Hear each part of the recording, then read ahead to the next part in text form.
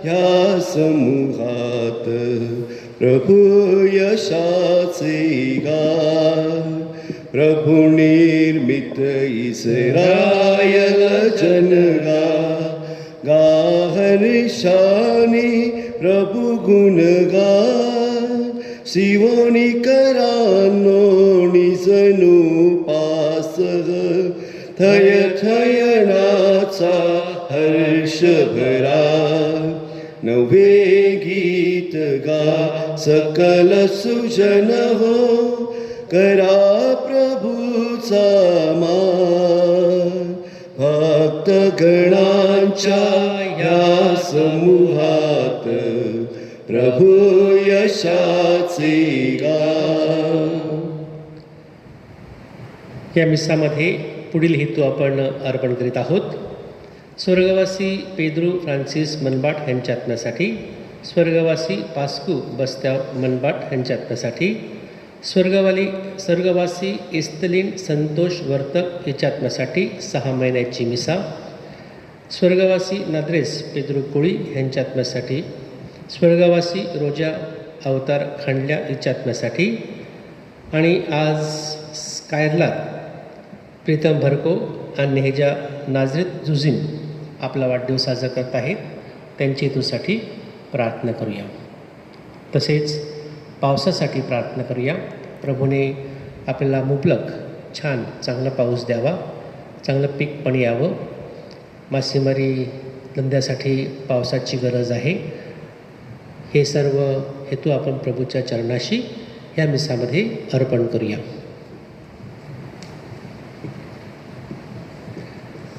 तसेच लॉकडाऊन काळामध्ये जे मयत झालेले आहेत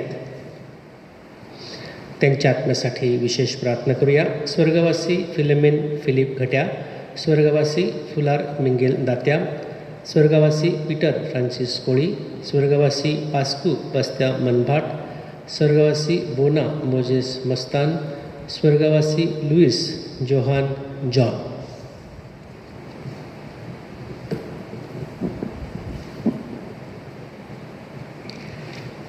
पिता पुत्र व पवित्र आत्मा ह्यांच्या नावे आमेन. आपल्या प्रभू येशू ख्रिस्ताची कृपा, परमेश्वराची प्रीती व पवित्र आत्म्याचा सहवास तुम्हा सर्वांस असो आणि तुम्हा बरोबर सुद्धा. बंधुभगिनींनो, ह्या पवित्र रहस्याच्या उत्सवात सहभागी होण्यास आपण पात्र ठरावेत, म्हणून आपल्या हातून घडलेल्या सर्व पापांची आपण आठवण करूया.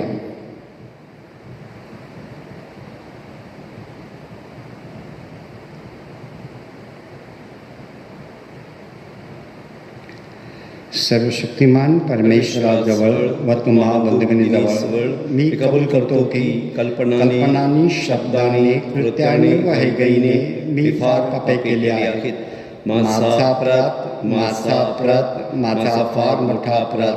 म्हणून ती कुमारी पवित्र मरिया, सदैव सर्व संत यांना व तुम्हा बंधुभगिनींना मी विनंती करतो की माझ्यासाठी आपल्या परमेश्वराजवळ प्रार्थना करा. सर्व समर्थ परमेश्वर आम्हावर दया करून आमच्या पापांची क्षमा करून आम्हाला सार्वकालिक जीवनाकडे नेवो. आमेन. हे प्रभू आम्हावर दया कर. हे प्रभू आम्हावर दया कर. हे ख्रिस्ता आम्हावर दया कर. हे ख्रिस्ता आम्हावर दया कर. हे प्रभू आम्हावर दया कर. हे प्रभू आम्हावर दया कर.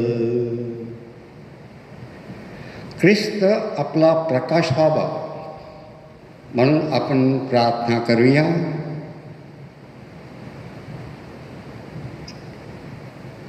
हे स्वर्गीय पित्या, ख्रिस्ताच्या प्रकाशात चालण्यासाठी तू तुझ्या मुलांना हाक घालतोस. अंधारापासून आम्हाला मुक्त कर आणि तुझ्या सत्याच्या तेजात आम्हाला सदैव ठेव. ही प्रार्थना मी तुझ्याबरोबर पवित्र आत्म्याच्या ऐक्यात सर्व काळ जिवंत राहणारा व राज्य करणारे एकच परमेश्वर, तुझा पुत्र आमचा प्रवेश ख्रिस्त ह्याच्याद्वारे करतो. आमेन.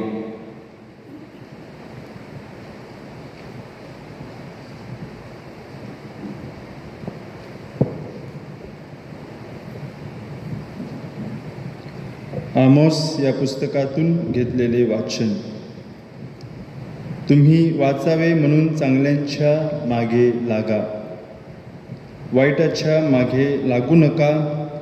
म्हणजे तुम्ही म्हणता त्याप्रमाणे परमेश्वर सेनाधीश देव तुम्हाबरोबर असेल.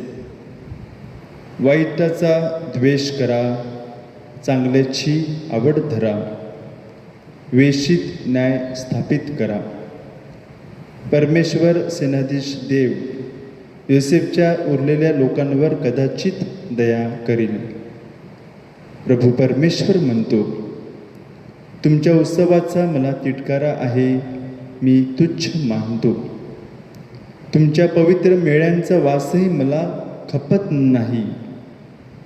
तुम्ही मला होम आणि अन्नार्पणं अर्पिली तरी त्यात मला काही संतोष नाही. तुमच्या पुष्ट पशूच्या सात्यपणाकडे मी भुंकून पाहणार नाही. तुमच्या गाण्यांचा गोंगाट माझ्यापासून दूर न्या. तुमच्या विणांचे वादन मी ऐकणार नाही. न्याय पाण्याप्रमाणे आणि धार्मिकता प्रचंड लोढ्याप्रमाणे वाहो.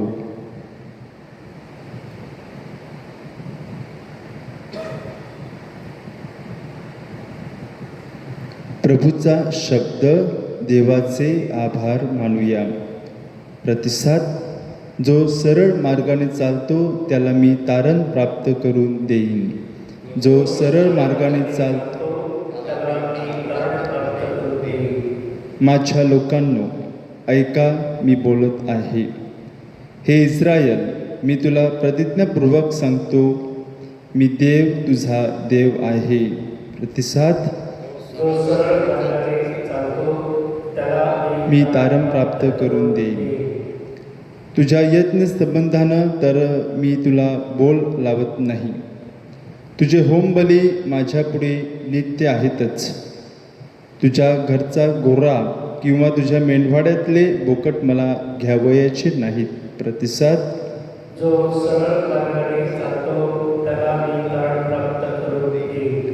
कारण वनातील सर्व पक्षी, डोंगरावरील हजारो गुरेढोरे माझे आहेत. आकाशातील सर्व पाखरे मला ठाऊक आहेत आणि रानातील प्राणी माझ्या लक्षात आहेत. प्रतिसाद.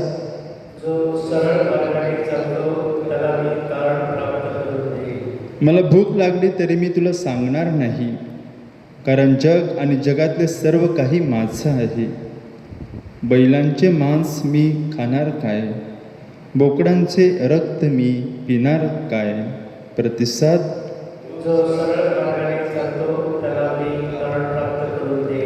माझे नियम जाहीर करणारा तू कोण?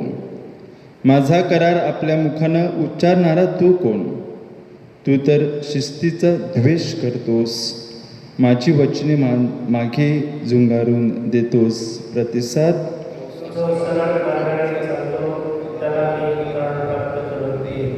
Hallelujah, hallelujah, hallelujah, hallelujah, hallelujah, hallelujah. देव ख्रिस्तामध्ये स्वतःबरोबर जगाचं समेट करीत होता आणि त्याने आपल्याकडे समेटाचे वचन सोपवून दिले. Hallelujah, hallelujah, hallelujah.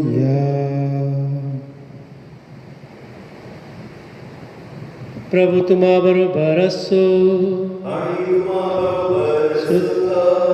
संत मत्तेच्या शुभ वर्तमानातून घेतलेले वाचन. हे प्रभू तुझा गौरव असो. मग येशू पलीकडे गदरेकरांच्या देशात गेल्यावर 2 भूतग्रस्त कबरांमधून निघून येत असताना येशूला भेटले.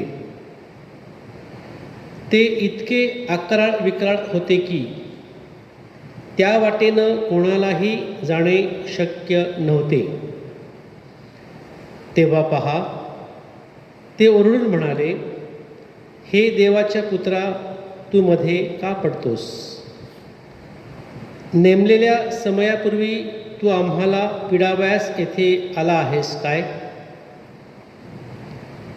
तेथे त्यांच्यापासून दूर अंतरावर डुकरांचा मोठा कळप चरत होता. मग ती भूते त्याला विनंती करू लागली की, तू जर आम्हाला काढीत असलास तर त्या डुकरांच्या कळपात आम्हाला पाठवून दे.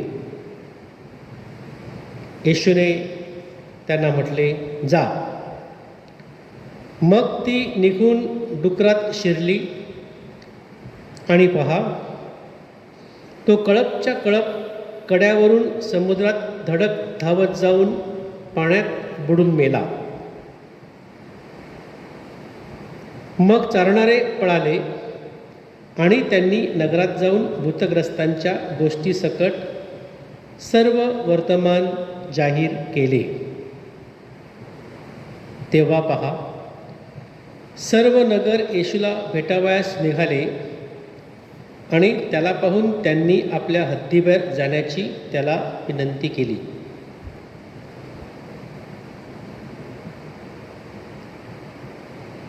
प्रभूचे हे शुभ वर्तमान. हे ख्रिस्ता तुझी स्तुती असो.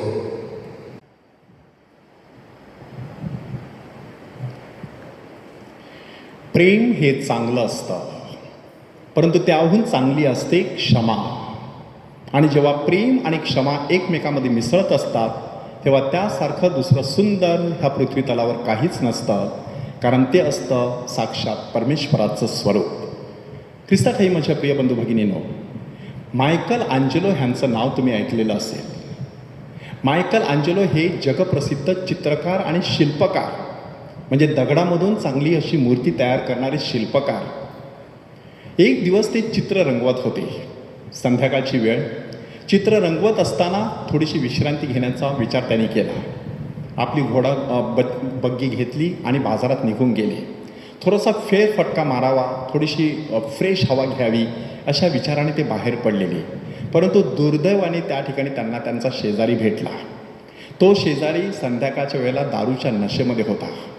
त्याने मायकल आंजेलो ह्यांच्याकडे पाहिलं आणि शिव्यांची लाखोली व्हायला सुरुवात केली. मायकल आंजेलो देखील शांतपणे त्या माणसाकडे बघत राहिले. एवढा मोठा जगप्रसिद्ध चित्रकार अशा प्रसंगाला कशा प्रकारे सामोरा जातो हे पाहण्यासाठी लोकांची तिकडे मोठी गर्दी जमली.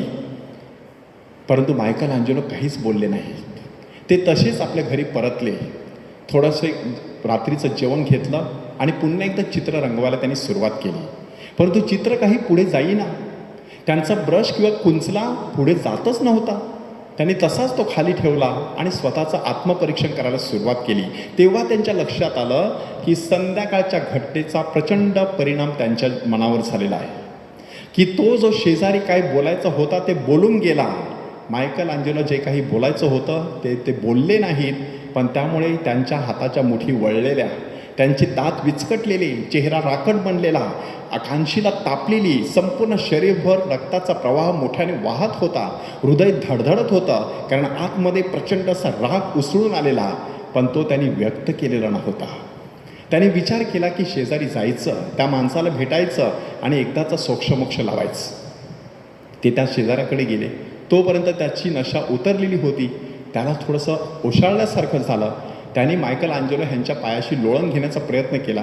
मायकल आंजेलोने त्याला उचललं आणि सांगितलं, माझी पण चूक झालेली आहे. मी पण तुझ्यावरती रागावलेलो, परंतु मी काही व्यवस्थितपणे तुला सांगितलं नाही. मधल्यामध्ये तो राग मी साठवून ठेवला, त्याचा आता मला त्रास होतो आहे, तू मला क्षमा कर. दोघांनी एकमेकांना मिठी मारली. मायकल आंजेलो हलक्या पिसाळ्यासारखे आपल्या घरी परतले. जे चित्र पूर्ण करण्यासाठी 2-3 तास ते झगडत होते, तेच चित्र नंतर अर्ध्या तासामध्ये ते पूर्ण करू शकले. ही घटना आपल्या एका मित्राला सांगत असताना जगप्रसिद्ध शिल्पकार मायकल आंजेलो काय म्हणतात बघा, की जर तुम्ही दुसऱ्यांना क्षमा केली तर दुसऱ्याचा थोडाफार फायदा होत असेल, पण तुमचा फायदा अधिक आहे. जर तुम्ही दुसऱ्याला क्षमा न करता राग मनामध्ये धरून ठेवला तर कदाचित दुसऱ्याचं थोडंफार नुकसान होईल, पण तुमचं नुकसान जास्त होण्याची शक्यता आहे. म्हणून आजच्या दिवशी, आज आपण संत पीटरच्या नोवेनाचा 3रा दिवस साजरा करत आहोत, 1 जुलै. ह्या दिवशी आपण थोडंसं चिंतन करूया की आपल्या जीवनामध्ये कुठे नक्की हा जो राग आहे, त्या रागाकडून, त्या सूडबुद्धीकडून आपल्याला शांतीकडे, समेटाकडे आणि सलोख्याकडे प्रवास कसा करता येईल. इस्रायली लोक 4 टप्प्यामधून गेलेले होते. त्यांच्या जीवनातला पहिला टप्पा होता अमर्याद सूडबुद्धी. म्हणजे जर कोणी आपल्याला थोडासा त्रास दिला तर त्याचं सगळं घराणं नष्ट होईल अशा प्रकारे प्रयत्न करायचे.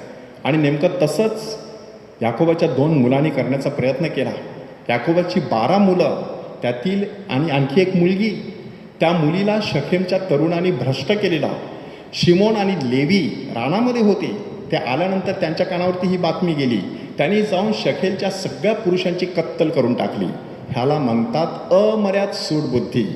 कोणीतरी कधीतरी कुठेतरी तुम्हाला दुखावलेलं असतं, मरेपर्यंत तुम्ही त्याच्याविषयी आतमध्ये धड ठेवत असता आणि त्या व्यक्तीला त्रास देण्याचा प्रयत्न करत असता. म्हणजे अशा प्रकारची जी प्रवृत्ती असते ती अमर्याद सूडबुद्धी असते. 2ऱ्या टप्प्यामध्ये मोशेने त्यांना काय शिकवलं बघा, डोळ्याबद्दल डोळा आणि दाताबद्दल दात. ह्याचा अर्थ काय, मर्यादित सूडबुद्धी. सूड घ्यायचा आहे फक्त तेवढ्या गोष्टीपुरताच, तेवढ्या वेळेपुरताच. एकदा टीट फॉर टॅट, जशास तसे असं झालं की तिकडच्या तिकडे गणित संपलं. त्यानंतर आपले संबंध व्यवस्थितपणे असणं गरजेचं आहे. म्हणून तिथे मर्यादित सूडबुद्धी मोशेने शिकवली. शास्त्री परुषीनंतर 3ऱ्या-4थ्या शतकामध्ये, इसवी सन पूर्व 3ऱ्या-4थ्या शतकामध्ये त्यांनी काय शिकवण दिली, की जर क्षमा करायची असेल तर ती देखील मर्यादित असली पाहिजे. एकदा चूक झाली क्षमा, दुसऱ्यांदा चूक झाली क्षमा, तिसऱ्यांदा चूक झाली क्षमा, पण 4थ्यांदा क्षमा नाही. 4थ्यांदा शिक्षा ठरलेली. त्या पार्श्वभूमीवरती पेत्र येशूला आता विचारत आहे की प्रभूजी, मी किती वेळा माझ्या भावाने माझ्या विरुद्ध अपराध केला असता त्याला क्षमा करावी? 7 वेळा काय? आणि ते सांगत असताना पेत्राला असं वाटत होतं की आम्हाला जी शिकवण देण्यात आलेली होती 3 वेळा क्षमा करायची, 4थ्या वेळेला शिक्षा करायची, त्यापेक्षा मी अधिक काहीतरी करत आहे असं पेत्राला वाटत होतं. तेव्हा येशूने 4थ्या टप्प्यामध्ये त्याला नेलं. आणि तो 4था टप्पा आहे अमर्याद क्षमाशीलता. अमर्याद क्षमाशीलता म्हणजे मोजायची नाही क्षमा, अखंडितपणे क्षमा करत राहायचं. 7च्या 70 वेळा म्हणजे अगणित वेळा, असंख्य वेळा, अनंत वेळा, अमर्याद अशा प्रकारची ही क्षमाशीलता, ती क्षमाशीलता त्या ठिकाणी शिकवण्यात आलेली आहे. म्हणून पेत्राच्या जीवनातील हा प्रसंग जो आहे तो आपल्याला आपल्या जीवनामध्ये अमर्याद क्षमाशीलता अंगीकारण्यासाठी पाचारण करत आहे. आणि त्यासाठी प्रसंग आहे पेत्राने गेतशेमाने बागेमध्ये उपसलेल्या तरवारीचा. ती तरवार त्याने उपसल्याबरोबर प्रभू येशू ख्रिस्ताने काय सांगितलं, तरवार म्यानात घाल. म्हणजे नक्की काय, त्याने तरवार उपसली सूडबुद्धी, तरवार म्यानात घाल क्षमाशीलता. त्या क्षमाशीलतेसाठी प्रभू येशू ख्रिस्ताने त्याला त्या बागेमध्ये पाचारण केलं. म्हणून आता 3 विचार आपण चिंतनासाठी घेऊया. पहिला विचार, की मला जो राग येतो आहे तो कोणत्या प्रकारचा राग आहे? सात्विक संताप नावाचा एक प्रकार आहे. सात्विक संताप म्हटल्यानंतर अशा प्रकारचा राग की जो राग चांगला आहे. मग आपल्याला येणारा जो राग आहे तो सात्विक संताप आहे की चांगला वाईट संताप आहे, वाईट राग आहे, हे कसं समजायचं?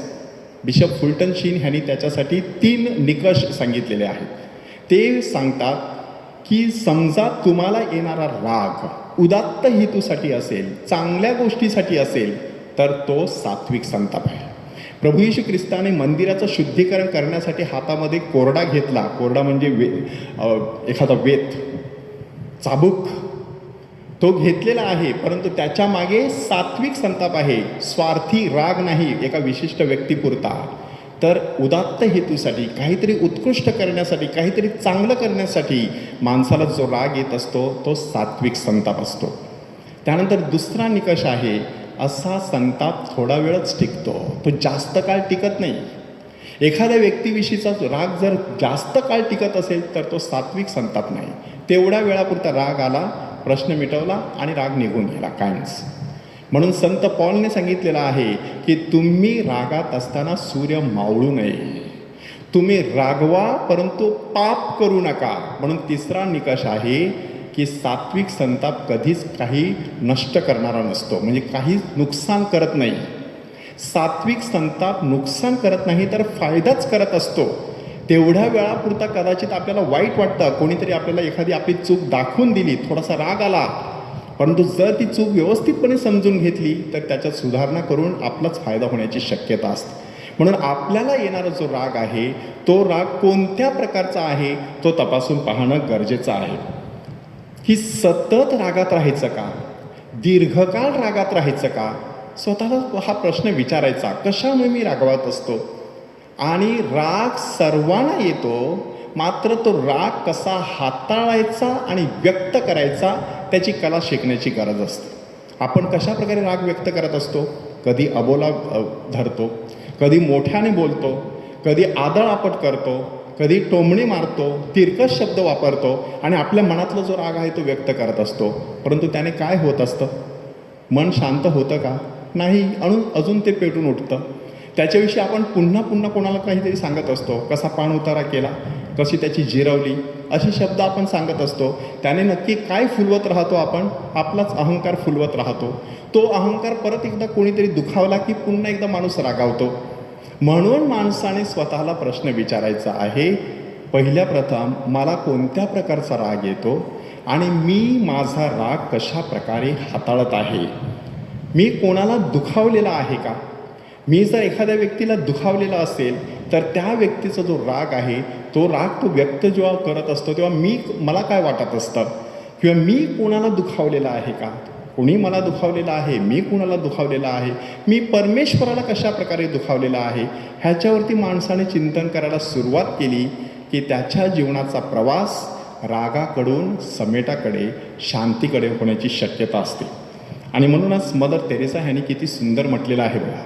मदर तेरेसा सांगत असतात, nothing happens between you and me, everything happens between I and my God, you and your God. की जे काही घडत असतं ह्या पृथ्वी तलावरती ते फक्त तुमच्या माझ्यामध्ये घडत नसतं, तर आपल्यामध्ये आणि आपल्या परमेश्वरामध्ये घडत असतं. म्हणून हा जो रागाचा प्रकार आहे तो व्यक्त करत असताना परमेश्वराच्या उपस्थितीची जाणीव ठेवायची, की मी फक्त ह्या व्यक्तीलाच दुखावत नाही, मी माझ्या परमेश्वराला दुखावतो. माझ्या परमेश्वराबरोबर असलेले नातेसंबंध देखील बिघडण्याची शक्यता आहे, ह्याची जाणीव माणसाने ठेवण्याची गरज आहे. म्हणून आपल्या कुटुंबामध्ये क्षमाशीलता आता आपल्याला कशा प्रकारे जोपासता येईल. पहिली गोष्ट, विचारामध्ये क्षमाशीलता जोपासणं गरजेचं आहे. विचार करतानाच ते शांतीचे, क्षमाशीलतेचे करायचे. ते जर सुडाचे असतील तर पुढची कृती देखील सुडाची होण्याची शक्यता असते. मग विचारात क्षमाशीलता म्हणजे काय, समंजस वृत्ती आणि सकारात्मक वृत्ती. त्यानंतर शब्दात क्षमा व्यक्त करणं, की कोणी स्वतः स्वारी बोलणं, कोणी स्वारी बोललं तर त्यांना सांगितलं हरकत नाही, शब्दाच्या माध्यमातून क्षमाशीलता पसरवत राहणं. आणि तिसरी महत्त्वाची गोष्ट म्हणजे कृतीतून क्षमाशीलता दाखवायची. ती कशा प्रकारे, सहकार्य करायचं, आदर बाळगायचा दुसऱ्या व्यक्तीचा आणि एखादी प्रेमळ कृती करायची. अशा प्रकारे आपण क्षमाशीलता आपल्या कुटुंबात वाढीस लावू शकतो. म्हणून आपल्या जीवनामध्ये राग येण्याची प्रक्रिया कशी असते ती थोडीशी आपण समजून घेऊया. पहिल्या प्रथम थोडीशी माहिती आपल्याला मिळते, आपल्या डोळ्याद्वारे, कानाद्वारे आपल्याला थोडीशी माहिती मिळते. मग आपण थोडासा विचार करतो आणि मग आपल्या हातून कृती घडते. पण रागाच्या बाबतीत काय होत असतं, माहिती मिळता बरोबर कृती केली जाते, मधला जो भाग आहे विचार करण्याचा त्याकडे दुर्लक्ष केलं जात असतं. म्हणून रागावण्यापूर्वी थोडासा विचार करा, थोडं शांत राहून त्याकडे बघण्याचा प्रयत्न करा. राग कमी होण्याची शक्यता आहे. आजची संध्याकाळ एकत्र घालवत असताना आपल्या कुटुंबामध्ये क्षमाशीलतेचा एक छोटासा प्रयोग करून बघा. तुम्ही कोणाला दुखावलं असेल तर जाऊन क्षमा मागा. कोणी तुम्हाला दुखावलं असेल तर त्या व्यक्तीला सांगा, संत पीटरचा सण जवळ येत आहे, मी तुला क्षमा करत आहे, आपण कुटुंबामध्ये शांती प्रसारित करूया. आणि म्हणूनच परमेश्वराकडे ती कृपा मागूया. आपल्या अंतःकरणामध्ये सूड बुद्धी नव्हे तर क्षमाशीलतेचा झरा सतत पाजरत राहावा.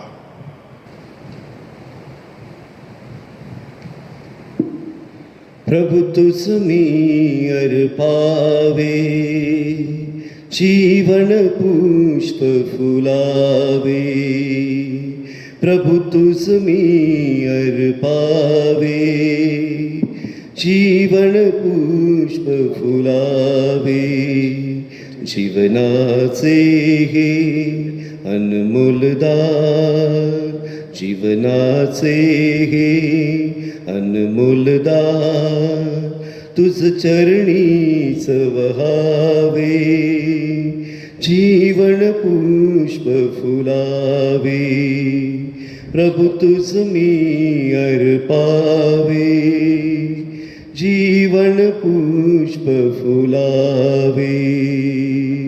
प्रभु तुझ मी अर्पावे, जीवन पुष्प फुलावे. बंधू भगिनींनो, आपले हे बलिदान सर्वशक्तिमान पित्याला मान्य व्हावं म्हणून प्रार्थना करा. आपल्या हातून अर्पण केलेल्या पवित्र बलिदानाचा प्रभू स्वीकार करो व त्यामुळे त्याच्या नावाची गुणगान गौरव होऊन आमच्या व त्याच्या पवित्र ख्रिस्त मंडळाचे कल्याण होवो. हे प्रभू परमेश्वरा, दिव्य संस्काराद्वारे तू आम्हाला कृपारूपी सामर्थ्य देतोस.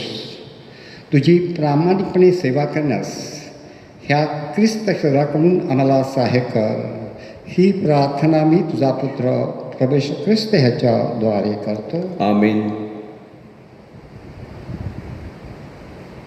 प्रभू तुम्हाबरोबर असो आणि तुम्हा बरोबर सुद्धा. तुमची अंतकरणे प्रभूकडे लावा. आम्ही इथे लाभली आहे. प्रभू आमचा परमेश्वर ह्याचे आभार मानूया. हे योग्य रास्ता आहे. हे पवित्र पित्या, सर्वसमर्थ सनातन परमेश्वरा, आम्ही तुझे नित्य व सर्वत्र आभार मानतो योग्य व तारणदायक आहे.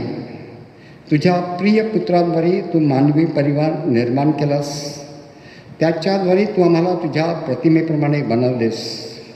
म्हणून सर्व सृष्टीमंडळाकडून तुझे आज्ञापालन व्हावे, ख्रिस्त सभेकडून तुझे स्तवन गायले जावे व स्वर्गांतील संतांनी तुझे आभार मानणे हा तुझा हक्क आहे.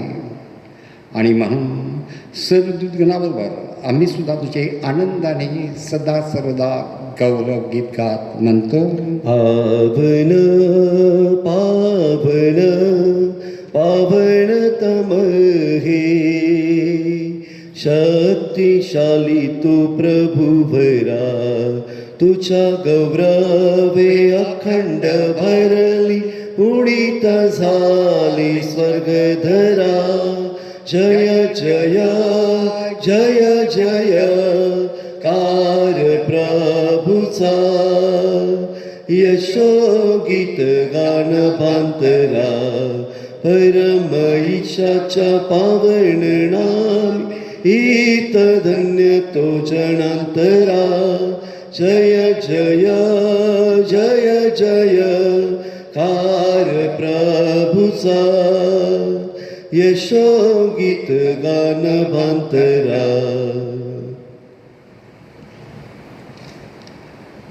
प्रभो, तू खरोखर पवित्र आहेस. सर्व पवित्राचा तू उगम आहेस. ही दानं पवित्र करण्यासाठी तुझा आत्मा यांच्यावर येवो. ही दानं आमच्यासाठी आमच्या प्रभू येशू ख्रिस्ताचे शरीर व रक्त बनवत. स्वेच्छेनं स्वीकारलेल्या आपल्या दुःख सहनापूर्वी येशूनं आपल्या हातात भाकर घेतली, तुझे आभार मानले व भाकर मोडून आपल्या शिष्यांना देत म्हटले, तुम्ही सर्वजण हे घ्या आणि खा, हे माझे शरीर आहे, हे तुमच्यासाठी अर्पिले जाईल.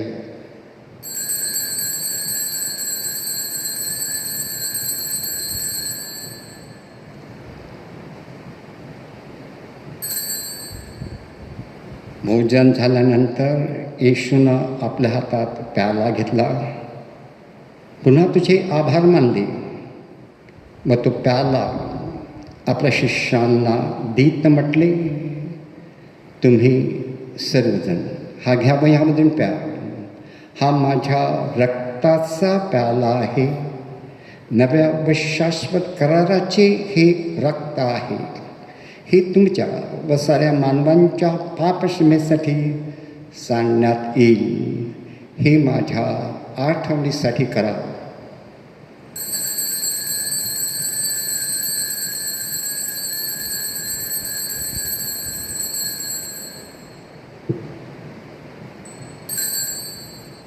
भक्तगणांनो चला करूया आपल्या श्रद्धेचा उच्चार. मरणांतून प्रभू येशू उठला, येईल जगती पुन्हा भेटीला, श्रद्धेचा या पुनरुच्चार. येशूच्या मरणाच्या व पुनरुत्थानाच्या स्मरणार्थही पित्या, आम्ही तुला हे जीवनदायी भाकर व हा तारणदायक प्याला अर्पण करतो. तुझ्या समोर उभे राहण्यास व तुझी सेवा करण्यास आम्हाला पात्र केल्याबद्दल आम्ही तुझे आभार मानतो. ख्रिस्ताचे शरीर आणि रक्त सेवन करणारे आम्ही सर्व पवित्र आत्म्याच्या कृपेने एक व्हावे असे आम्ही विनवितो. प्रभू, सर्व जगभर पसरलेल्या तुझ्या ख्रिस्त सभेची आठवण कर. आमचे पोप फ्रान्सिस, आमचे बिशप फेलिक्स व इतर सर्व धर्मगुरू यांच्यासह आमची तुझ्या प्रेमात उत्तरोत्तर वाढ कर. मरणातून पुन्हा उठण्याच्या आशेनं ख्रिस्ताठायी विश्रांती पावलेल्या आमच्या बंधू भगिनींची आठवण कर. त्यांना व ख्रिस्तवासी झालेल्या इतर सर्व लोकांना तुझे दिव्य दर्शन घडू दे. आम्हा सर्वांवर दया कर. देवमाता धन्यकुमारी मरिया, तिचा पती संत जोसेफ, सारे प्रेषित व जगाच्या आरंभापासूनच्या तुझ्या सर्व संतांसह आम्हाला शाश्वत जीवनाचे वाटेकरी कर. त्यांच्याबरोबर आम्ही तुझी स्तुती करावी व आमच्या प्रभू ख्रिस्ताद्वारे तुझा गौरव गावा, म्हणून आम्हाला कृपा दे.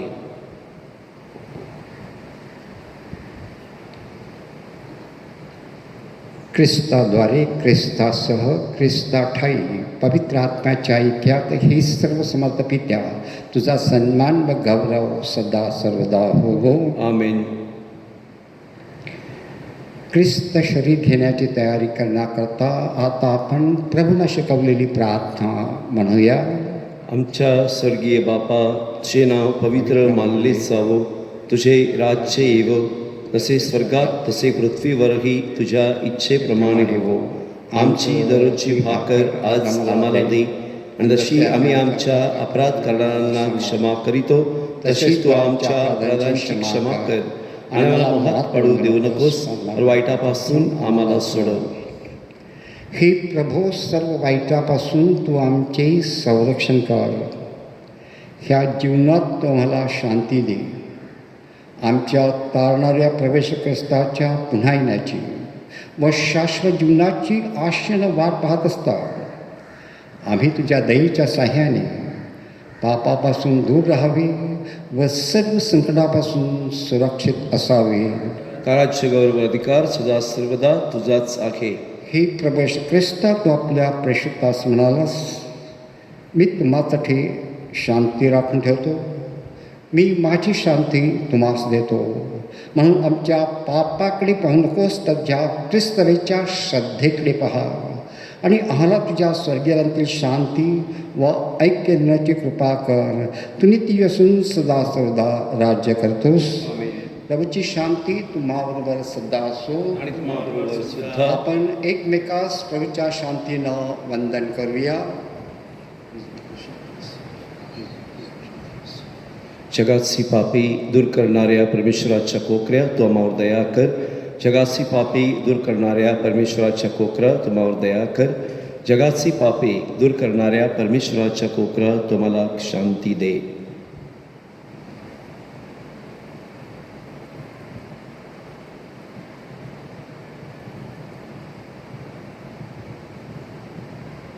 जगाची पापी दूर करणारे हे परमेश्वराचे कोकर पहा. ह्या कोकराच्या भोजनात बनवत आलेले आपण सारे धन्य. हे प्रभू तुझा स्वीकार करण्यास मी पात्र नाही, पण एक शब्द मात्र बोल म्हणसे मी बरा होईल. ख्रिस्ताची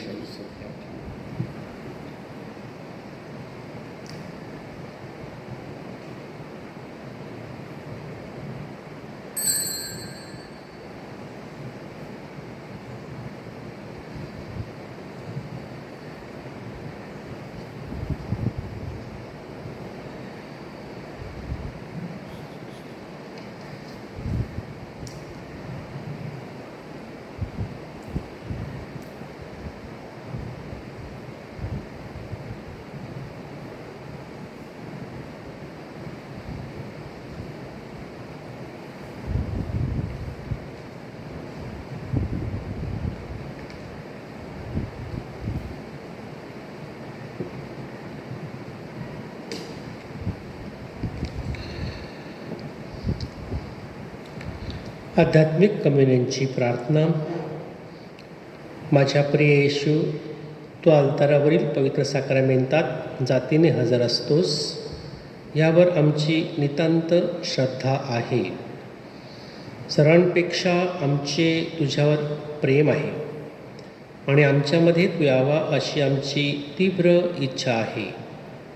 या दिवसात आम्ही तुला पवित्र मिसा साक्रामेंताद्वारे स्वीकारू शकत नसलो तरी निदान आध्यात्मिक स्वरूपात तू आमच्या अंतःकरणात ये. तू नेहमीच आमच्याबरोबर असतोस. आम्ही तुला मिठी मारतो. तुझ्यापासून आमचा कधीही वियोग होऊ देऊ नकोस. आमेन.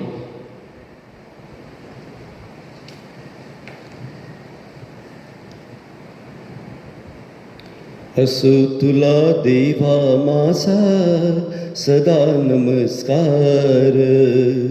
असो तुला देवा माझा सदा नमस्कार. तुझ्या दया दातृत्वाला अंत नाही पार. तुझ्या दया दातृत्वाला अंत नाही पार. असो तुला देवा माझा सदा नमस्कार. असो तुला देवा माझा सदा नमस्कार. तुझ्या कृपेने रे होतील फुले पत्थराची. तुझ्या कृपेने रे होतील मोती मूर्तिकेची. तुझ्या कृपेने रे होतील सर्व दुःखे दूर. असो तुला देवा माझा सदा नमस्कार. असो तुला देवा माझा सदा नमस्कार. तुझ्या दया दातृत्वाला अंत नाही पार. तुझ्या दया दातृत्वाला अंत नाही पार. असो तुला देवा माझा सदा नमस्कार. असो तुला देवा माझा सदा नमस्कार. आपण प्रार्थना करूया. हे प्रभो, ख्रिस्त बलिदान व ख्रिस्त शरीर यांच्यामुळे तुझ्या दैवी जीवनात आम्हाला सहभागी कर व ज्या प्रेमाचे दर्शन जगाला घडविण्याकरता आम्हाला सहाय्य कर. ही प्रार्थना मी तुझा पुत्र प्रभू येशू ख्रिस्त ह्याच्याद्वारे करतो. आमेन.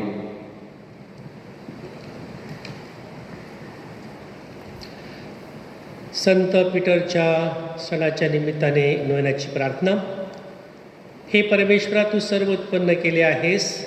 सर्व चांगल्या गोष्टीचा उगम तुझ्यातच आहे. आम्ही आज तुझे आभार मानतो व तुला धन्यवाद देतो. तुझी स्तुती करतो, तुला भजतो, कारण संत पीटर आमचा आश्रयदाता ह्याला तू प्रमुख प्रेषित म्हणून नेमलेस व ख्रिस्त मंडळाची आध्यात्मिक धुरा सांभाळण्यासाठी त्याला पहिल्या पोप पदावर नेमलेस. तुझे पवित्र प्रेषित पॉल व पेत्र यांच्या भरभक्कम पायावर आज अखिल जगात ख्रिस्त सभेची भली मोठी इमारत उभी आहे.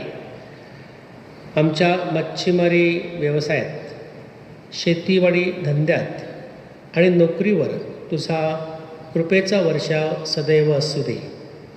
अल्पविश्वासू पीटरचे अथांग सागरात तू संरक्षण केलेस. त्याचप्रमाणे आमच्या मच्छव्यांचे व मच्छीमार कोळी बांधवांचे व शेतकऱ्यांचे प्रत्येक संकटात तू रक्षण कर. मासेमारी करताना, दर्यासागराशी झुंज देताना आमची जीवन नौका तू सुरक्षित ठेव व आम्हाला सुखरूप किनारा दाखव व आमच्या व्यवसायामध्ये, नोकरीधंद्यामध्ये यश येऊ दे. विशेषतः या नोवेनामध्ये आजच्या दिवशी आम्ही जी विनंती तुझ्यापुढे सादर करत आहोत ती तू ऐकून घे. शांत राहून आपली विनंती प्रभूला सांगूया.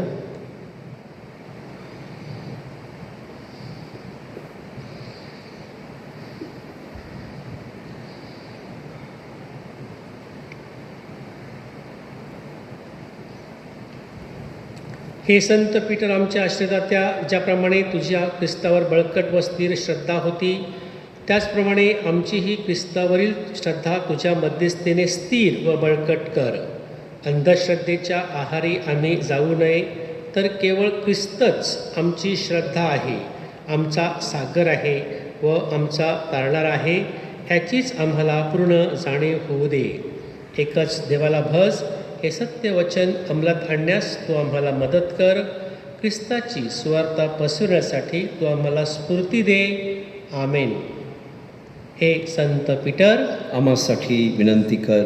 नमो कृपापूर्ण मरिये, प्रभू तुझ्या ठाई आहे, धन्य तू स्त्रियांमध्ये आणि धन्य तुझ्या उदराचे फळ येशू. पवित्र मरिया, देवाचे माते, आम्हा पाप्यांसाठी आता आणि आमच्या मरणाच्या वेळी विनंती कर. आमेन.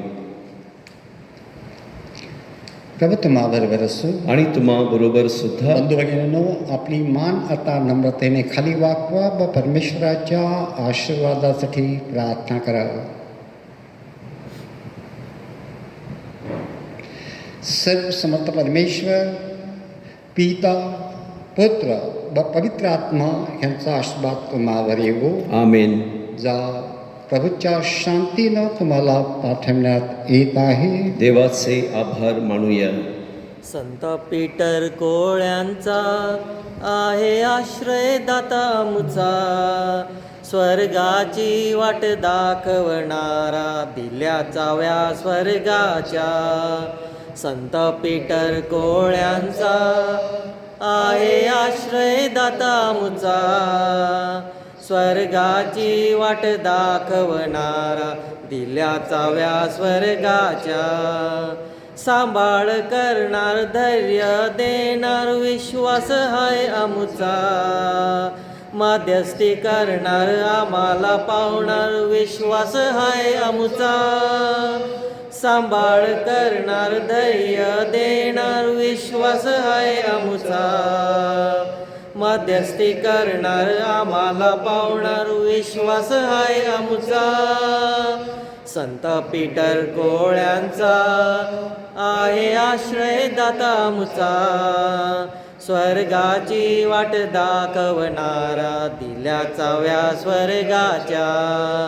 संत पीटर कोळ्यांचा आहे आश्रयदाता आमचा, स्वर्गाची वाट दाखवणारा दिल्याचा व्या स्वर्गाच्या. स्वर्गाची वाट दाखवणाऱ्या दिल्याचा व्या स्वर्गाच्या.